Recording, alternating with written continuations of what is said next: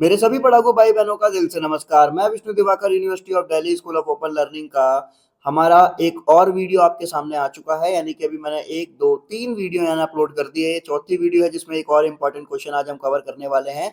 Public administration वाला जो subject है आपका बीए फर्स्ट सेमेस्टर के स्टूडेंट्स का, इसमें हमारा एक इम्पॉर्टेंट क्वेश्चन है राइट टू एजुकेशन, आरटीई यानी कि शिक्षा का अधिकार।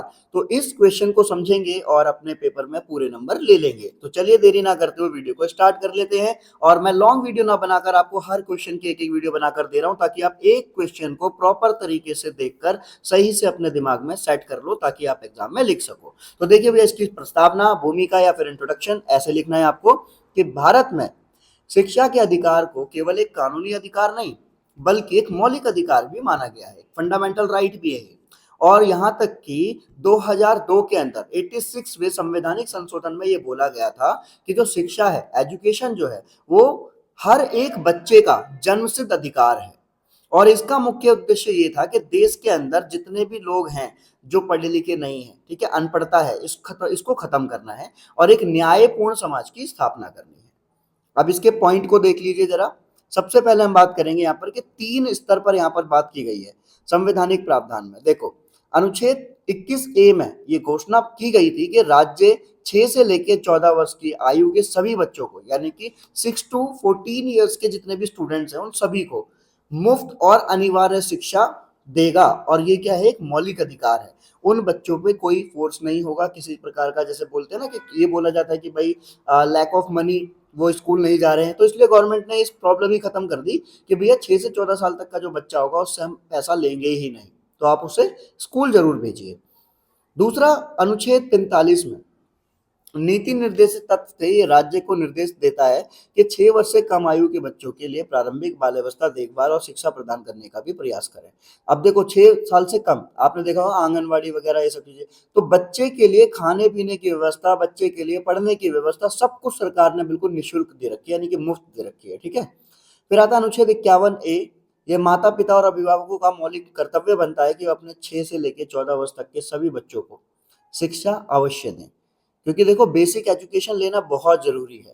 अब जो हमारा जो आरटीआई आया था, वो आरटीई आया था, जो राइट टू एजुकेशन, वो 2009 के अंदर क्या था और कैसे था, मैं आपको समझा देता हूँ। देखो, मौलिक अधिकार को प्रभावी बनाने के लिए वर्ष 2009 में संसद ने निःशुल्क और अनिवार्य बाल शिक्षा का अधिकार अधिनियम पारित किया, जो 1 अप्रैल 2010 में क्या हुआ, पूरे देश में लागू कर दिया गया। उसके बाद इसकी कुछ प्रमुख विशेषताएं थी। अब वो जो प्रमुख विशेषताएं थी वो क्या थी, देखो, सबसे पहला पॉइंट आपको लिखना है कि भाई अनिवार्य और मुफ्त शिक्षा, कंपल्सरी और फ्री एजुकेशन। किसी भी बच्चे से कोई फीस नहीं ली जाएगी और उसे शिक्षा से वंचित नहीं किया जाएगा अगर वो बच्चा 6 साल से लेकर 14 वर्ष तक का है। यानी कि अगर 6 ईयर से 14 ईयर का है तो कोई भी उससे पैसा नहीं चार्ज किया जाएगा उसकी एजुकेशन का। और सबसे बड़ी बात, जितने भी प्राइवेट स्कूल होंगे उसमें भी रिजर्वेशन दिया जाएगा, उसमें भी आरक्षण दिया जाएगा कि गैर सहायता प्राप्त निजी स्कूलों को 25% सीटें आर्थिक रूप से जो ईडब्ल्यूएस स्टूडेंट्स होते हैं, कमजोर वर्ग के, उनके लिए आरक्षित करनी होगी ही होगी, कंपलसरी है उनके लिए। तीसरा पॉइंट है बुनियादी ढांचा और गुणवत्ता। स्कूलों में उचित भवन हो, खेल का मैदान, पीने का पानी और प्रशिक्षित शिक्षकों का होना भी अनिवार्य है। ये तीसरा पॉइंट है। चौथा, छात्र और शिक्षक अनुपात। प्राथमिक स्तर पर प्रति 30 छात्रों पर एक शिक्षक का अनुपात तय किया गया है कि अगर 30 बच्चे एक क्लास में होंगे तो एक शिक्षक वहां पर मौजूद होना अनिवार्य है। अब एक और चीज इसमें बोली गई थी कि चलो भाई ये सब तो हो जाएगा, पर अगर गलती से किसी टीचर ने किसी बच्चे को बहुत मारा और बाकी के बच्चे डर गए और वो स्कूल ना आए, तो इन सब चीजों के लिए भी सरकार ने सोचा कि शारीरिक दंड पर रोक लगा दो। कि अधिनियम के तहत बच्चों को शारीरिक दंड देना मानसिक रूप से प्रताड़ित करने पर पूर्ण प्रतिबंध है। ना तो आप उसको मेंटली टॉर्चर कर सकते हो, ना ही फिजिकली टॉर्चर कर सकते हो। ठीक है। अब आता है इसका महत्व और राष्ट्र निर्माण में इसकी भूमिका। देखो, समानता को बढ़ावा। यह अधिनियम गरीब और अमीर के बीच की शैक्षिक खाई को कम करने का प्रयास करता है। लोकतंत्र की मजबूती। एक शिक्षित नागरिक बनेगा, अपने अधिकार और कर्तव्यों के प्रति जागरूक होगा, और जिससे कि लोकतंत्र मजबूत होगा, तो इसीलिए ये भी इसकी एक भूमिका है। कौशल विकास। बुनियादी शिक्षा बच्चों को भविष्य के लिए तैयार करती है, जिससे देश के आर्थिक विकास में मदद मिलेगी। अब बाद में हम बात करते हैं इसकी चैलेंजेस की। तो देखो भैया, कार्यान्वयन की कमी, यानी कि आज भी कई स्कूलों में बहुत सारे शौचालय नहीं है, बिजली का अभाव है, गेट सही से नहीं लगे हुए हैं, स्टूल्स बेकार हो रखे हैं, पंखे नहीं है सही से, तो ये सारी की सारी कमियां हैं। गुणवत्ता की रिपोर्ट की अगर हम बात करें यहाँ पर शिक्षा की गुणवत्ता, तो जहाँ पर रिपोर्ट है वो बताती है कि बच्चे स्कूल तो जा रहे हैं लेकिन उनके सीखने का जो स्तर है, लर्निंग लेवल जो है वो भी बहुत कम है अभी भी, उतना नहीं है जितना कि होना चाहिए था। और लास्ट, डिजिटल डिवाइस। ग्रामीण क्षेत्रों में तकनीक और इंटरनेट की कमी की वजह से शिक्षा के समान वितरण में बाधा बनी हुई है, क्योंकि दिल्ली में या और बाकी शहरों के अंदर तो ये सब चीज़ें बिल्कुल आम है, पर गाँव के अंदर क्या होता है, वहाँ पे लाइट नहीं है।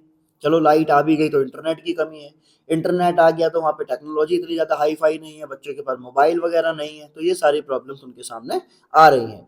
अब निष्कर्ष निकल कर आता है कि जो शिक्षा का अधिकार है, भारत के उज्जवल भविष्य की नींव है।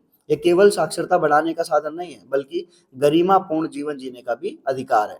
और इसके कार्यान्वयन में कुछ कमियां हैं, लेकिन नई नीति 2020 के तहत सरकार के निरंतर प्रयास इस दिशा में सकारात्मक कदम उठा रहे हैं, और धीरे धीरे हमारे देश के अंदर ये सारी चीजें बहुत अच्छे से फैल जाएगी और हर एक बच्चा जो है पढ़ा लिखा होने लगेगा।